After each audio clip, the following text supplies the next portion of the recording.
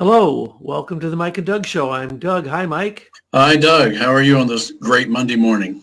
Well, it's incredible. We had a little snow up here like you had down there, and it's as if winter has come. So it's really Yes, quite it is. exciting. Oh my goodness, I don't know if I'm ready for that, especially with all the predictions of how this is going to be such a gloomy and desolate and horrible winter. So let's see Oh, if, I've heard those all my life. yeah, well, let's see if we can, instead of the winter of great despair, we should turn it into something more positive. I can see some movement on many fronts where it seems as if people are working together so that a critical mass is being created of resistance through consciousness as well as actions to a lot of the insanity that's going on, which we have pointed out is really a battle with demons, particularly the demon Mammon, the demon of money, of greed, of lust for wealth, uh, miserly gluttony of gold and silver and money. This kind of stuff is what has led the very people that we're going to bash today to do what they do, because they think that there is no limit, because this is a corporatocracy that turns into a personal dynasty. So you have to make so much money that that all your children from now until the end of time will also be wealthy because of it. That's the British monarchical aristocratic corporatocracy. It's an oligarchy. It's basically a mafia. And recently, when I heard that this name Glenn Youngkin, I thought to myself, I thought I've heard that name. Who is that? I don't care, because they're running against Terry McAuliffe, one of the founding members of the Clinton Foundation, one of the most corrupt foundations ever created in human history. And Terry McAuliffe, of course, is incredibly corrupt governor, and he and his wife cheated with all this money with Hillary Clinton, so that Andrew McCabe, who, again, we predicted Andrew McCabe would not have his retirement taken away from him for his astounding lies that he told in the investigations concerning his ridiculous compromised behavior with the Clinton Foundation. So this all ties together. So when Glenn Youngkin came out, I didn't know anything about him, but I figured if they ran a pig, I would probably vote for the pig before I'd vote for Terry McAuliffe. But you remembered some previous research of the miners and what Americans for Innovation have had already uncovered. So what can you tell us about this new governor, Glenn Youngkin? Yeah, I'm like you. I didn't know who the guy was, and then all of a sudden his name pops in, and then magically he wins the election. So I thought, well, initially I thought, well, maybe that's good because he's running against McAuliffe, like you say, is one of the most evil people on this planet. So then we start looking at Youngkin, and yes, we did remember that, well, there were some brain cells firing. We didn't know exactly why. And when we discovered very easily that Youngkin worked for the Carlyle Group, that narrowed the subject matter down, because we knew from extensive research several years ago that Carlyle was the chief funder of a British corporation by the name of QinetiQ. And by the way, when you say corporation by QinetiQ, I'm going to shorten it to QinetiQ, but as is typical, they've got about 30 different subsidiaries now. So don't let anyone fool you, because in all of those subsidiaries, they all roll up their control to the one QinetiQ holding company. So we looked at QinetiQ. We knew it started in 2002, about the time the federal government was starting to implementing our social networking technology in networks. And this was at the time we were still inventing. And Chandler thought we were ready to go. We weren't. So they had to put that on hold. They moved Zuckerberg into Harvard and had him wait. And so it was during this time that this company called QinetiQ emerged in England, and then just began to get these wonderful contracts with the British Ministry of Defense and the United States Navy mainly, but also the Army and various parts of the Department of Defense and DARPA. So clearly this was a made-up company. You just don't, if you're a real entrepreneur going out there to develop business, you don't get business that quickly. This was a setup. So we could see that, and then we were able to attain all of the annual reports of QinetiQ from its foundation on November 11th of 2002. And in that founding document, we find Glenn Youngkin's name. And so what this means is Glenn Youngkin was the founder of QinetiQ, this British company, and he was doing it on behalf of his employer, which was Carlyle Group. And then immediately, within months, in February, so less than 2 months later, a man by the name of Sir Jonathan Edward Simmons became the first director. And we knew already that Simmons was the keeper of the Queen's Golden Share in multiple corporations, including Wellcome Trust. And he is a current director of Wellcome. In addition to his senior or leadership roles in Goldman Sachs, in what else? The other companies are HSBC. He's one of the senior directors of HSBC. So we're seeing the usual suspects. And so Simmons is a key player. He's like the Jeffrey Patty or the Lord Malloch Brown of the Queen's Golden Share. We know from the earlier records that in the 90s, Jeffrey Patty was the keeper of the Queen's Golden Share as the Minister of Foreign Trade and Commerce, having come out of taking RCA and Marconi and marrying those with the British Aerospace, which were already allied with American AT&T and the Department of Defense. So we knew Patty was helping consolidate all this cooperation between the U.S. government, Department of Defense, and the British Ministry of Defense. We knew that. But Youngkin is a new player. And so what we knew from those records, our people pulled all of the records for QinetiQ up through last year. And those are available now as a zip file, so you can get them all. And in 2003, there was a filing called a special resolution. And up until then, we knew about the Queen's Golden Share. It's a £1 share that's held in a company, but it has these magical powers where the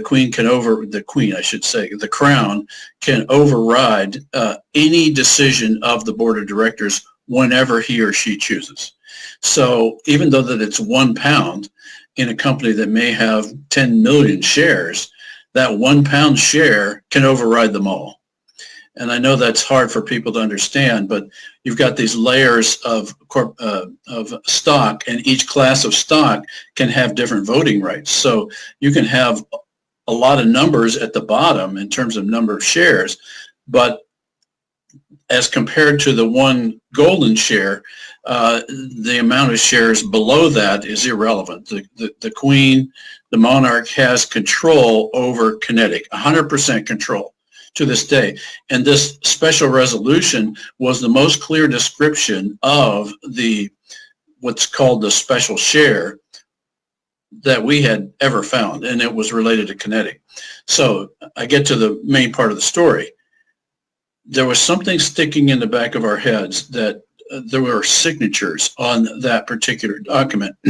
So our folks pulled those this morning, and sure enough, we found the Secretary of QinetiQ signed that document, which essentially approved the Queen's full control over QinetiQ, and it was signed by Glenn Youngkin.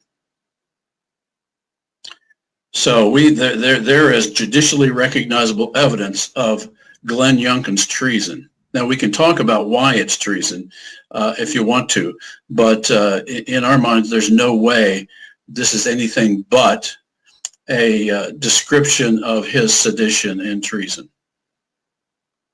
Well, he's the Queen's agent. Yes. You know, he might as well be called a crown agent. And not only that, when we look at the fact that QinetiQ is in fact a more or less a corporatized version of MI5, MI6, Right. and that they also are involved in working with Pirbright and the Muriel Animal Hospital Institute, which Elizabeth Manningham Bueller Right. is the head of Muriel, and they work together to create vaccines for animals, but also experimental vaccines for humans. And so that's who's taking over the Can world right I now. point out she's the one of the trustees of Wellcome, the Pirbright Institute today, And not Muriel. yes. Oh, and at this point, she's with Pirbright, not Muriel? Right. Okay. Muriel moved to China, as we know, Yep. 4-hour drive from Wuhan. And that's where a lot of their level 4 bioweapons research is going on, including the work in Wuhan. But this is another area called Nanjing or Nunqing. I can't remember the name of the city. Well, it's highly likely that Pirbright controls Muriel, and that Elizabeth Yeah, there's no question. When she was the head of, what was it? She was head of MI6, wasn't she? And MI5. MI5, and they called her M. And so in the movies, the James Bond movies, when they refer to M, they are actually referring to her. And when you're talking about Jonathan Simons, or Simmons, however you pronounce it, being the head of QinetiQ, but also handling the golden shares, you are talking about a group of people that's more powerful than the British Parliament.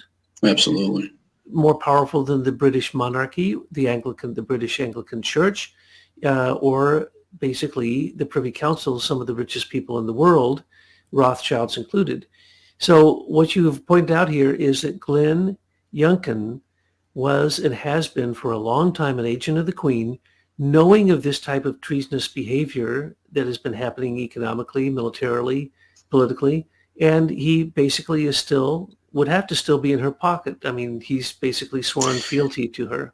Yeah, I mean, a lot of some people who are trying to defend him might argue that, well, that's where he used to work. He doesn't work there now, so that how can you hold him accountable to the agreements he made prior to being governor?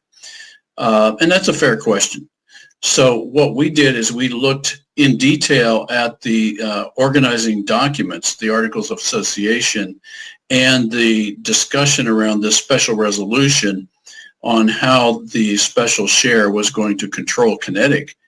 And in doing that, we discovered that there were commitments to the Official Secrets Act in England, which is basically the secrecy of the government, top secret stuff. And he committed to that. So he committed to not discuss any of the deals that he was cutting with the U.S. government, with QinetiQ, with the subsidiaries of QinetiQ, with Carlyle, with the Department of Navy, Air Force, Army. QinetiQ handles all the inventory systems of the U.S. Army worldwide. I mean, to me, I don't know why that one bugs me, but here we gave the British an inventory control contract that's run out of London.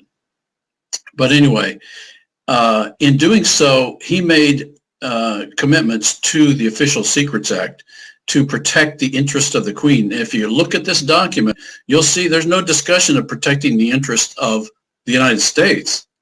It talks about protecting the monarch.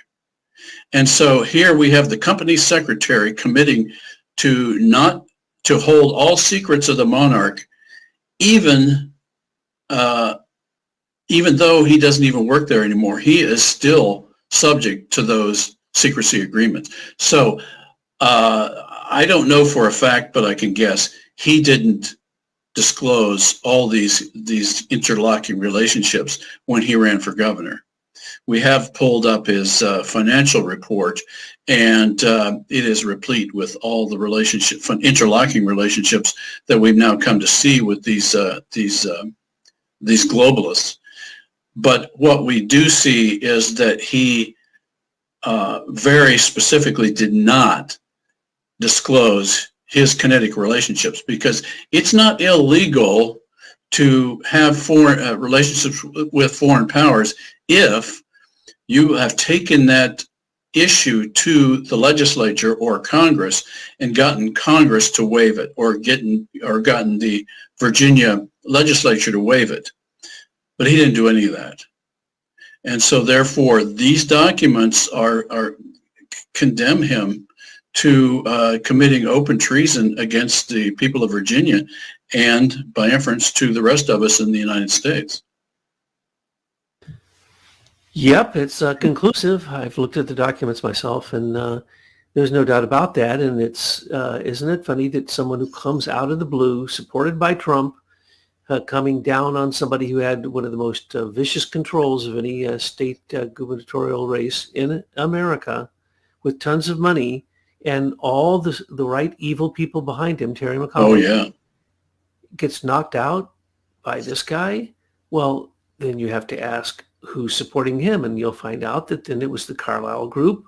Carlyle Group is where Daddy Bush left the presidency as a millionaire, and 2 years later was a billionaire because of the Carlyle Group's no-bid contracts through KBR, through Halliburton, through all kinds of groups, as well as his gold dealings with Barrick Gold.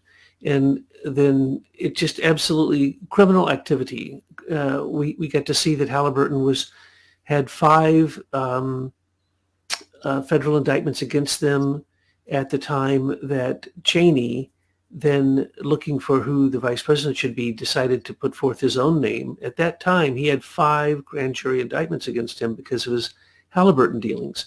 So Carlyle Group, who runs Halliburton and many basically militaristic-oriented companies at one point, there was well over 200 companies as part of Carlyle. They got all the good contracts, and they got them without even putting in bids. And then when they would have lawsuits brought against them, they seemed to just be absolutely immune to such things. So when we're looking at this, I just want to say first off that the Queen's veto power with the golden shares is not like the president here in America. If he vetoes something, then it can be overridden. When the Queen vetoes it, it cannot be overridden. right. So when people say the Queen doesn't run England, then they're just completely naive. Every day she receives the communications in the red box, she says yes by not saying no. As long as she doesn't veto it, it goes ahead. Right. But when you get the yearly statement that she makes each year, she said it 100 times last year. She says, my government, my laws, my administration, my this, my that. She must have said the word my over 100 times in her yearly address to the Parliament. So, in fact, if you think that she doesn't run the country, you're incorrect. And if you don't think that the hundreds of members on her Privy Council are the political elite, the insiders of Britain, you'd be mistaken. And if you didn't think that her inside secret council, the secret chamber of the Privy Council, which has people like Geoffrey Patty on it, who basically, as you pointed out, his job, Geoffrey Patty, was the chief propagandist for basically the Queen and the Privy Council and the corporate British imperialistic fascists, and they're corporatists. And they basically are beyond government, they're beyond nation, they're beyond anything, because of their offshore accounts, have as much money in them as all the money that the countries have outside of offshore accounts. So basically it demonstrates that the ripoff of the wealth of every nation, and the Queen is one of the worst, 54 Commonwealth nations, and she rips off every one of them and has offshore accounts in most of them. And then she tries to tell people that she's only worth a couple $100 million. This is, of course, total nonsense. So, by the way, we talk about control here, and we talk about this inner circle within the Privy Council.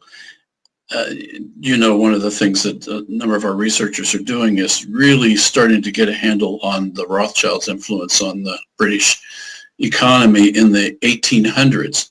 And one of the things that I had never seen reference to, and we discovered it in reading newspapers from the early 1800, 1810, 1811, is that there was a secret committee within the Bank of England. Now, the Bank of England was all attorneys, was managed by 24 attorneys, and then 2 officers, a deputy governor and a governor. And we discover, even in Parliament, they discussed this, that there was a secret committee within the Bank of England that consisted of 4 people. And the argument for having that secret committee is there are times when we don't have time to bring it to all 24 people. There's an emergency, blah, blah, blah. Typical bureaucrat excuse for overriding a procedure. And so the committee was formed under the idea that there are times when things are just too important to wait. And what happened is that became a permanent committee that was secretly running the Bank of England from before the War of 1812. So here we see this pattern of how the British, in their mentality for domination, will put up a group as the ostensible front for a set of decisions, but in fact the decisions are actually made by these 4 people, and those 4 people report directly to the monarch. So we're talking about 5 people, and my bet is we're going to see that today. There's probably 5 people running the world right now. And then you found out. May I add something to the conversation? I mean, look at this. This is Virginia. The British have overtaken now in full power Virginia. What would our forefathers say about this? Our founding fathers. And then on top of that, before you leave your video, what can the people of Virginia do now? Give me some action that they can do within this month to out Youngkin and get him out of office before he swears in. Well, he has committed fraud. If he's withheld this information, which we know he has, then he's committed fraud, and therefore the whole results of the election can be unwound. Fraud negates all decisions or all judgments, and so the judgment of the people, according to their information, is that Youngkin won. I, for one, don't believe for a minute any vote related with using electronic voting machines is fair or accurate. I think they're all rigged. And so they just decided who was going to win. So they flipped a coin, and in those guys' mind, heads I win, tails you lose. That's the way they operate, and it certainly would in Virginia. Absolutely. It's either globalist or globalist light. Huh. But it's definitely or global A or globalist B. There's no light. Republican rhinos are not light. That's right. And we always like to make a clear distinction between the shadow government, which are people who have been, in some cases, elected to these offices. They've been appointed to these offices. Everything they're doing is completely legal, but it is shadow. It is the demonic thoughts of evil laws that are being put in place. So what we're seeing with this particular case is that you're offered the uniparty choice. You want pure evil, or do you want someone who's trying to outdo pure evil? And in either case, I think your point is correct, that it's a matter of fraud. It's a matter of interlocking directorships. If someone is the head of QinetiQ, that is a corporation that is transnational. It's a multinational. It's a globalist corporation. And if that person is in direct association with, of course, the head of QinetiQ, who has control over the golden shares, then that one person, Jonathan Richard Simons, or whatever his name is, basically then controls Lockheed Martin, our number 1 military industrial complex corporate agency company that we work with. And they, for a long time, had the largest military intelligence group outside of the military. So in other words, the Queen controls a company that is the largest supplier for the military industrial complex in America, as well as intelligence. And then that goes right down the line.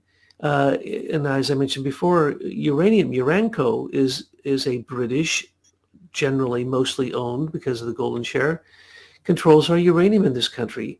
The Brits control just about every major deal, and if they don't, then they tax it in some way, in my opinion. So you remember the Atomic Weapons Establishment. That is a organization that is controlled by Lockheed, Serco, and one other company. It's a third, and a third. But then the underlying issue there is it's controlled by the golden share. So the Queen runs the atomic weapons business. Correct. Through Rio Tinto, through also this group that you just mentioned, the Atomic Weapons something. AWE. Atomic Weapons Establishment. And they actually then control the atomic agreements with France and with Germany. So basically the whole Western world is controlled in terms of uranium and nuclear power by the Queen. And she tries to play like she's in a game of fighting with Putin and Russia. No, they're partners. They partner together when they work in America, and they do work in America to this very day. Russia controls the uranium that is being taken off of our previous missiles in a particular program that they created that has been going on for decades now.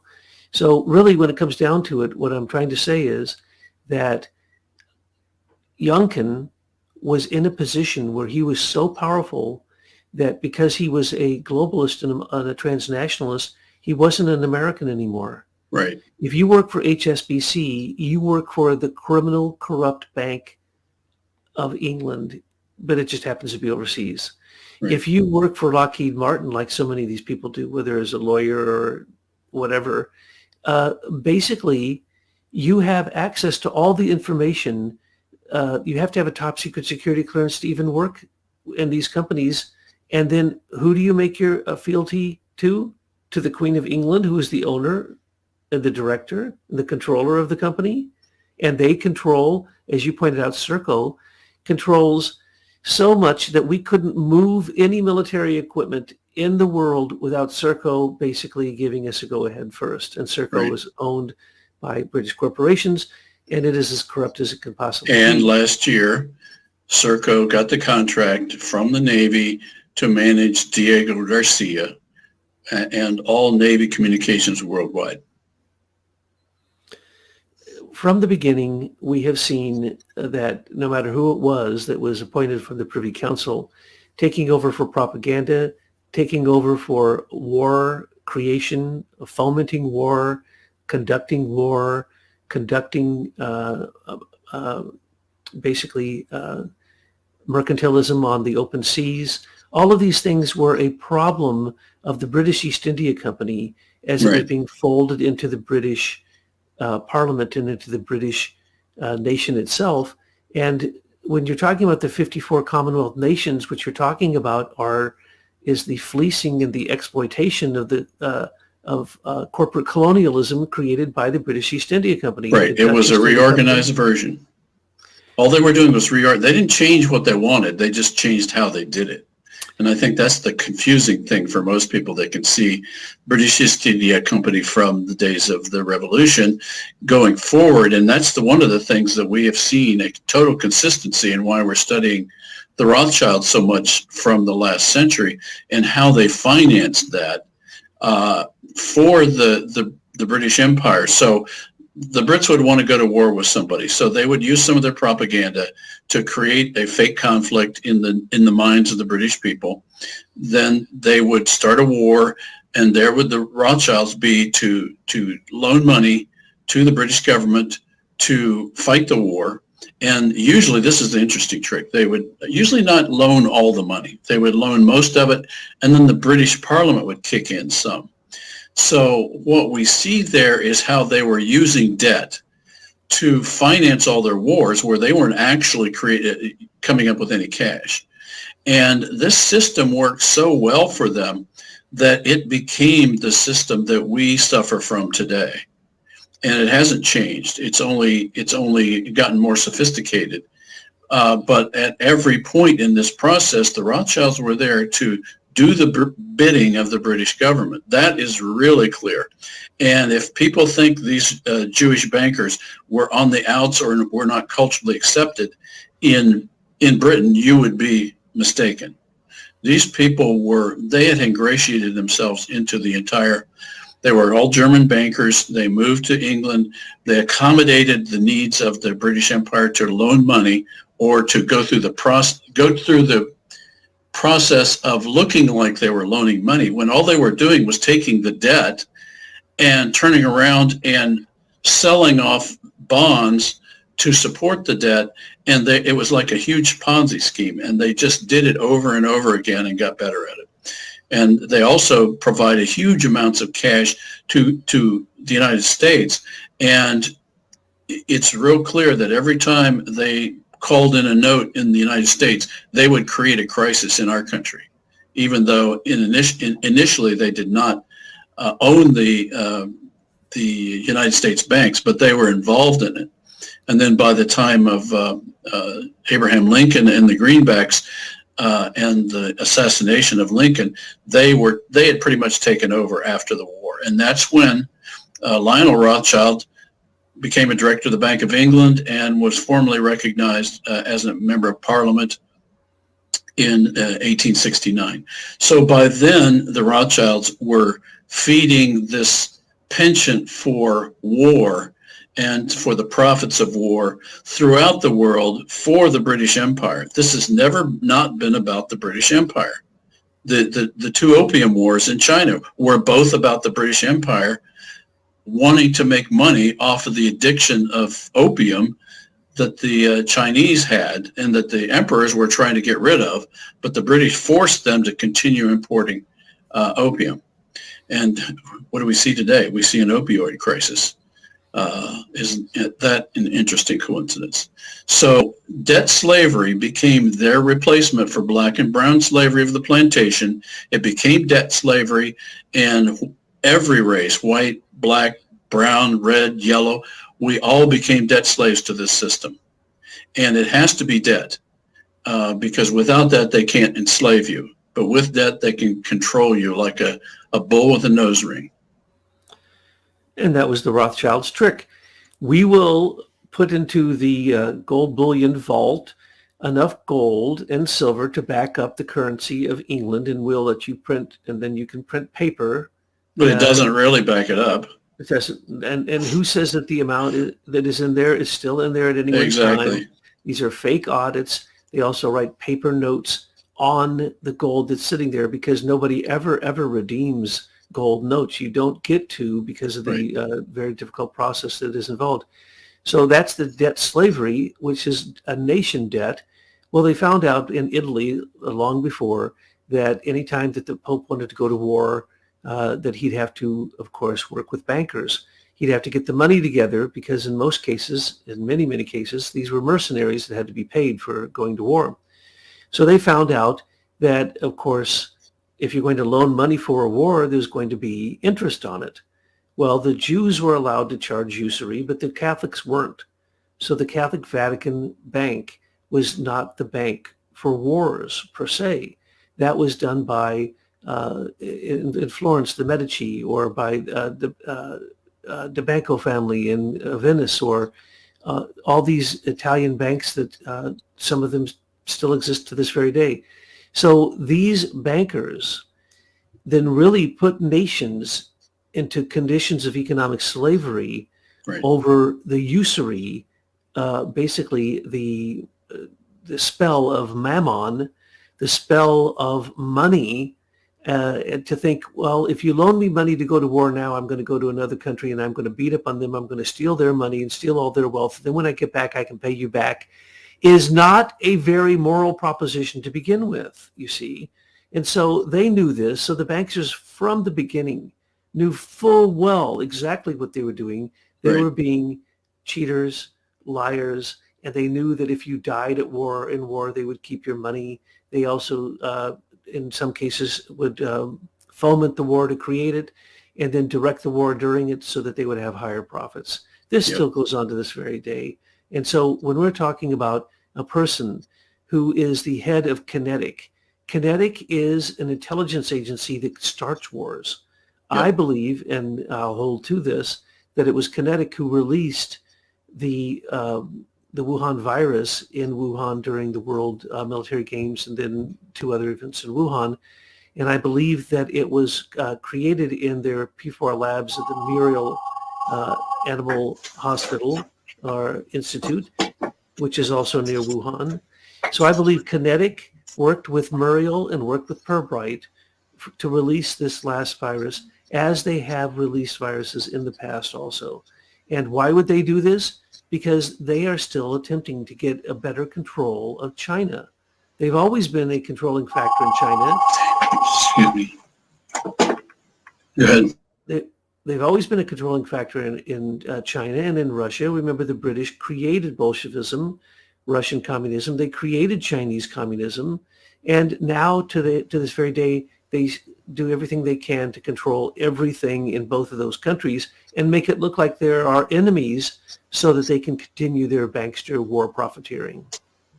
Well, that's the game that the Rothschilds taught, and that was never be out front with your activity. Always be in the background, maybe even not known at all. And we now know, for example, that George Peabody, the American banker, was secretly financed by the Rothschilds, N.M. Rothschild, and then later Lionel Rothschild. So we see this succession of tactics that have not changed and to this day.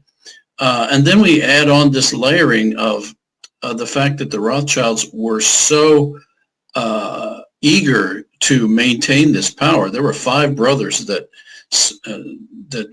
fanned out all over Europe, and one of them came to England, and that was the prominent English banking family of the Rothschilds. And the other odd thing we see, and this was even discussed hundreds of years ago in newspapers in Britain, is how much intermarrying there was occurring among the Rothschilds. And we all know that when you start having that kind of genetic mixing, you start to create some very strange children. And I think that's why one of the things we see is this dysfunction of and lack of morality among these people.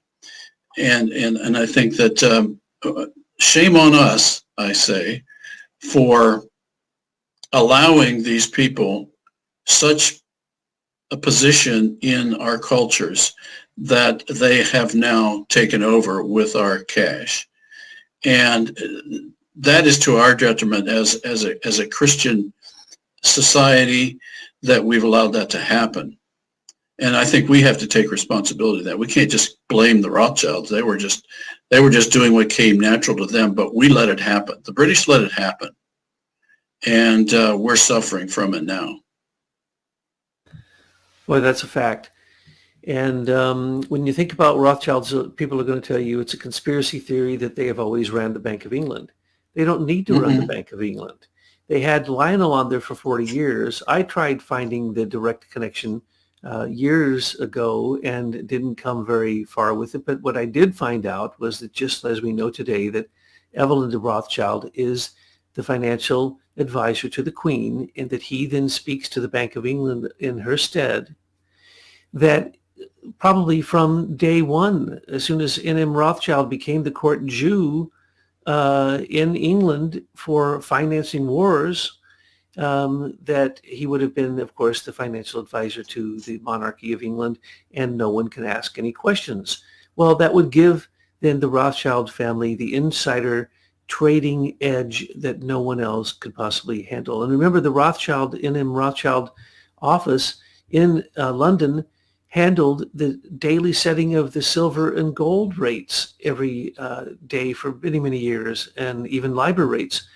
So they basically controlled the market, and everyone knew it, and they controlled it through a communication device of propaganda, which was known as Reuters Press, Reuters Thompson now. They didn't own it, but we know that from the beginning, I demonstrated this in previous articles, that Reuters, after just being in existence for a very short period of time, they were right down the street from the Bank of England. And I believe that the Rothschilds were inside of the building that the Bank of England was in when the Reuters was going to flounder and go bankrupt. They were given capital infusion, venture capital from the Rothschilds and told to keep it quiet. But basically, ever since then, they have directed the propaganda of the number one news agency in the English-speaking world for a long time, and even oh yeah, we see Reuters carrying almost daily news about the Rothschilds and the Rothschild family, and when they went on vacation, and when they had dinner with the Queen or the Prince of Wales. I mean, it's kind of disgusting when you see how much sycophantic coverage there was of these royal types. And definitely the Rothschilds were in that crowd. Prince of Wales would regularly have dinner at the Rothschilds. He would come over and have dinner with the Rothschilds in Piccadilly, which is right downtown. And so what we've got to do is stop. What do I want to say? These are people who were enabled by a monarchical system led by the British East India Company that wanted to control the world. And the Rothschilds were only too happy to loan the money. Now, one of the things we can see is that even though American companies and sometimes the American government would borrow money from the Rothschilds, it's real clear that the Rothschilds were never friends of America. I mean, they financed the War of 1812. I mean, they financed the burning down of the White House. And it really never changed after that. So the need for war is a key part of this system of money creation.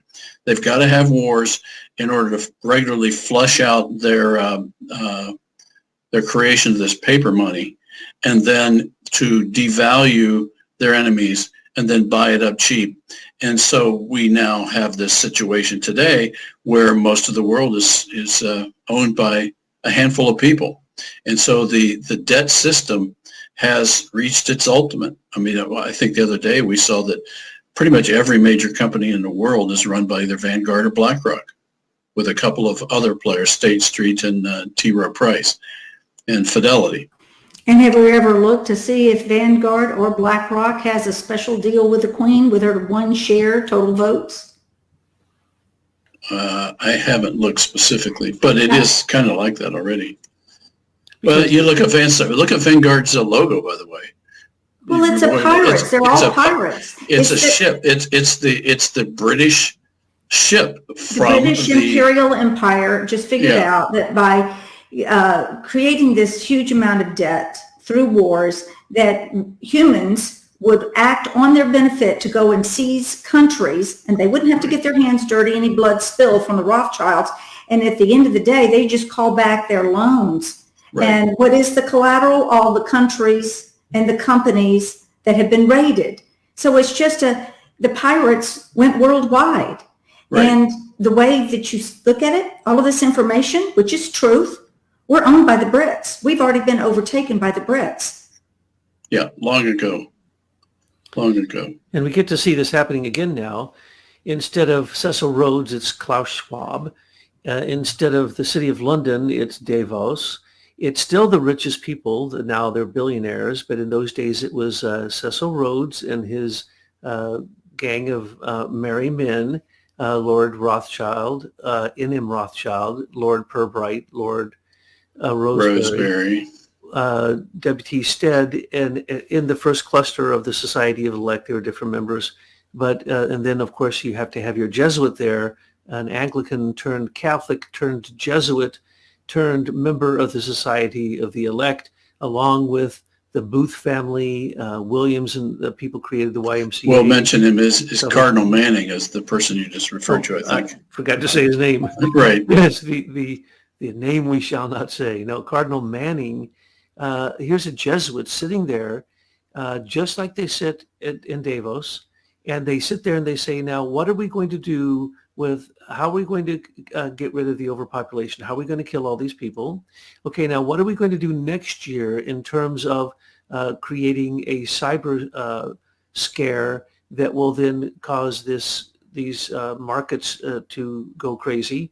And so they sit around and they plan it one year and they do it the next year. They should all be put in jail. That's not only insider trading. These are global fascists who are Right. working together against nations. And they believe that they are more powerful than that. So when you got the richest people in England together, what did they do? They decided they needed to kill a lot of people, take Yep. over all media, take over all war and all banking, and make sure you have a central banking system, and make sure that it's based upon a false fiat currency that basically the people who supposedly hold the rights to print that currency then will have onerous debt from now until the cows come home. These things have been apothecated. They've all been figured out.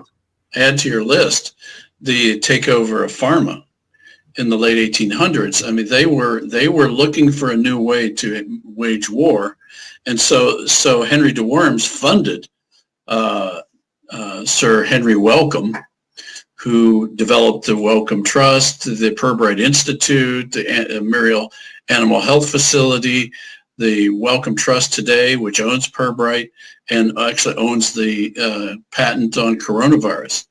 So we've seen this fusion that they've been working on for literally 100 years. And you got to give it to them. They've been persistent. But we've got to add in there this penchant they have to pass this evil system down through their lineage, through their blood lineage.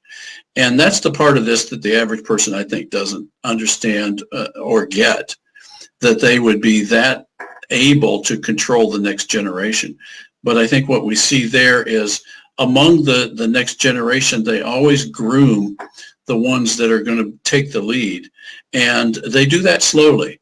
And so it doesn't take but a couple of dozen of these very evil people run by Mammon to control the whole world now. And they've taken control through banking. And as soon as they can fund all of the universities who are doing all the pharma research, they've got them right where they want them. Then they fund the libraries to print out propaganda, and then they fund the newspapers to continue printing out the propaganda, and then they take over intelligence to push out the propaganda, but also to spy on all of us. You see this mentality, and it is a long time coming, and it hasn't changed. That in 1800s, what they did in the 1800s, they're doing right now, just more effectively now. And they thought it out. They created a 200-year plan. And some research that you've done recently, the one that just completely flabbergasted me was that you had found not only that the YMCA and that the Salvation Army were sending people that were basically indigents. They were the people that the rich elite didn't want in Britain anymore. And Right. they were sending them out in kind of a corporate colonialism based upon really fascist means, though the propaganda made it sound like you were going to get 10 acres and a horse and a mule and everything was going to be great. No, they actually turned them into worse than indentured servants. They turned them into economic slaves. So the big factor here was human trafficking. Human trafficking, war is human trafficking, but it's human trafficking to death. But what I had forgotten is that so much human trafficking done by the British East India Company, the Dutch East India Company, was really to death. It was to kill those people. So when you showed that, how is it that they were they were selling people with these broadsides that were posted everywhere, come be saved from your evil ways, and we're going to give you this wonderful thing in this new colony. Yeah, and emigrate to Venezuela. Yeah, and they didn't even tell you necessarily where some of these places were, but certainly Venezuela was one of their biggest programs, a big program. But basically, you got on these ships and no one may have ever heard from you again. And so I said to you, well, how could this happen? How did they load up slaves in the harbors of this city of London or in London on the Thames. I don't get it. How could they have literally, like they did Kamala Harris's great-great-grandfather, loaded up Irish slaves and brought them to the Caribbean and work them to death, literally work them to death, worse than war, worse than slavery, because at least a slaver knows that you are an asset. But when you're being this white human trafficker slaver for corporate colonialism, it seems as if they don't even care. And if you look at the history, you don't know where those people went. But one thing we know is where they left from. Well, they left from London, and they left from the East India, correct my name, East India Dock Company, and who owned that in 1803? The Queen, the rich people, and the Parliament bought slave ships. In 1812, the East India Dock was owned by about 15 of the directors of the Bank of England. And they were doing slave trades on the docks. So they'd bring them to London, then they would sell some of them there, and then they would ship some of them to the United States. But here's the real key. We have to know how evil this system was, because the monarchy has done an excellent job of propaganda and making themselves apart from this very sad, evil story. But what we now have discovered through the newspapers of the time is that after slavery was abolished officially by Parliament in 1833, these bankers had to figure out how they were going to continue to staff their plantations and their emerging industries.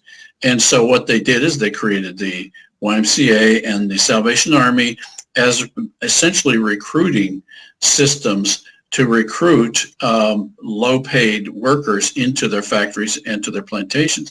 And then they had to send them overseas. And since they couldn't just force them to go overseas, they had to convince them that it was a good thing to do.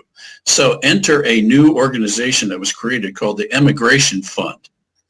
And that Emigration Fund was the patron of that Emigration Fund, and the largest donor was Queen Victoria. And Lionel de Rothschild was one of the key funders, as were the owners of the Barclays Bank, of the National Westminster Bank. And so what we see there is these money people knew that these indigents didn't have enough money to even think about going to another country. So in research we published recently, we show specific details of how they recruited people to go to Venezuela in British Guiana, ostensibly to get land, to get a house, get a cow, and farm. But when they got down there, they found primeval forest where they were allocated their lot. And then what really was going on there was they were trying to get them to go work in the gold mines, because they had discovered gold mines at the time down in Venezuela. So we see the Queen and her entourage and all the members of the Bank of England participating in this, what do you call this? This scam, this confidence trick over American citizens and over British citizens, to send them all over the world and put them into debt, which they all got into debt, and few could buy their way out. So they had effectively replaced black and brown plantation slavery with this new form of debt slavery. And one of the things we see from that Hazard Circular in 1860s is they specifically realized that having plantation slaves was more expensive because they had to house and feed them, where these new debt slaves could work as cheaply, and you wouldn't have to house and feed them. They'd find their own way. So, and that's the system we have today. We see people who have used debt slavery to control labor all throughout the world, and their primary objective is to enslave human beings to their economic objectives. Absolutely. And the militarism and fascism of the British East India Company was the basis of Cecil Rhodes and the wars, the Boer Wars in Africa. That happened in Transvaal, the pharmaceutical experimentation, the propaganda. And right now, it's the same exact thing. Klaus Schwab is telling us we are all going to become the economic slaves that he tells us we have to become after the reset. He tells us it's going to be built back better, but he doesn't mention that it has to be destroyed first. And so basically they're telling us they're going to destroy the economy to build it back their way based upon carbon footprints, which are all complete lies and climate change lies. And basically, transhumanism is going to be our savior. And it's the same exact story as Cecil Rhodes and the Society of the Elect. It hasn't changed one iota. Well, let's talk about specific about Klaus in South Africa. What we discovered in our research about him is that his father was a primary engineer for Adolf Hitler in the development of the German nuclear program during the war with his company Escher Weiss. And what we saw going forward is that Klaus went to a university in Switzerland, and in that university was a nuclear power plant actually embedded underneath into the rock underneath the university where he went. And then we see Escher Weiss change its name a couple of times. I can't remember what the name is right now. Festo is one. No, but I'll think of it in a second. Anyway, that company continued in the nuclear field, this Escher Weiss company, and they teamed up with a South African company to process uranium in South Africa for Klaus Schwab's companies. And so when we hear him disingenuously talk about the need to replace fossil fuels and nuclear fuels, that's a total lie. He wants a monopoly on those very things, and he knows the only way he's going to get it is to get the general population to be negative about these forms of energy. His prediction in his books about the fourth industrial revolution, that's not what it is. It's the Fourth Reich. Right. It's like the Third Reich of the fascism of Hitler. This is the Fourth Reich. It's an economic fascism that literally says it's going to take all of your possessions away from you. And recently now they're coming out and saying, oh, no, we have to do what the World Economic Forum says because we have to change all money into digits so that all money is controlled by the U.S. Fed.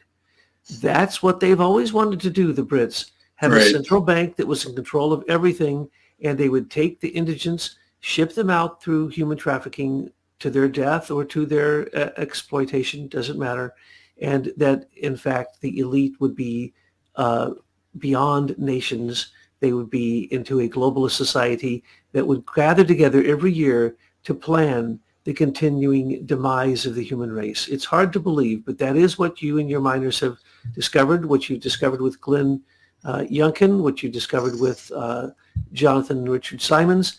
These are the same path that we've been following now for the last couple of years, and unfortunately they all lead back to the same evil people. What happened in Virginia is because of Mark Malloch Brown, a Privy Council member that we have referred to as part of this group. And until we have free elections in America, we didn't elect anybody. They were selected. They weren't elected. So thank you for the research that you and your team are doing. It's always refreshing to hear it. And it's many times, as I said earlier, it's shocking to sometimes see the historical proof of just how vile the people are who have put us in this circumstance. Absolutely. Well, it's great to see you and love the bolo. John Barnwell, Bolo Envy. Thank you, Michael. Bye.